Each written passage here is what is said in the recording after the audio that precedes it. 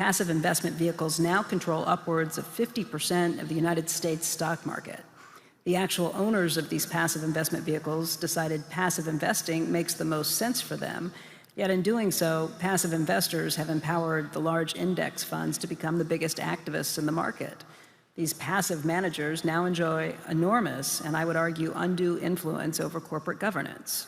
Do Warren or Charlie see any benefit or logic to a rule that would prohibit passive investment vehicle managers from voting the shares they control for their passive investment clients? Well, I'll take that. I think the guy's right. I think the thing is out of control and counterproductive. And I don't think it's good for the country to have 3 passive investors with bright young men from Harvard or what else telling them what proper governance of corporations is. It's not a good development.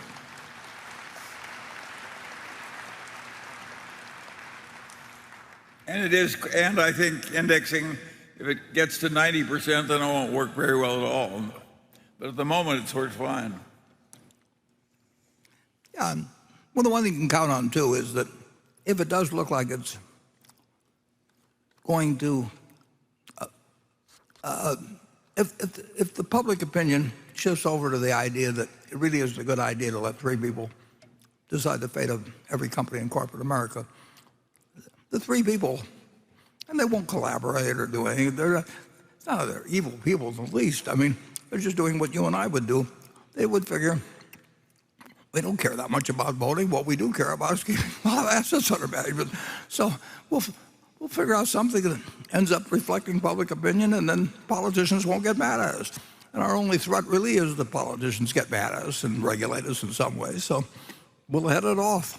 And I would predict fairly confidently that if the American public doesn't like the idea of 3 people controlling things, the 3 people and their organizations and everything, but what they want to do is they want to get bigger.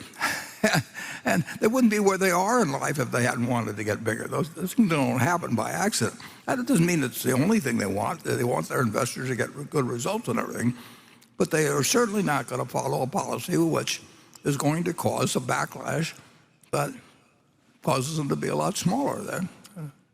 They can figure out their self-interest. I mean, and it just so happens that in this case, it would achieve the right result, which is that they would not control America, but they'll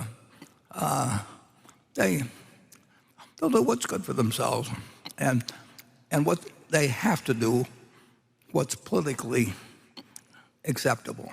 The only thing that really can mess up what is a very good deal for them is to have Congress change the rules. And the rules were the Investment Company Act of 1940 really changed how people behaved, and it's governed things in a big way for a very long time. And anybody that takes on the federal government loses. And if you're talking about trying to do that sort of thing, and they don't need to do it. They just say, well, we'll give up voting, or we'll vote our shares as the rest of people do. And of course, if you vote your shares as the rest of the people do, then if the index funds had 90% of the country, you could take over a company by somebody else buying 3 or 4%, because you'd automatically get the funds to follow your very small little percentage. You'll see it all play out. I mean, it's a big case, but it's not an unusual case.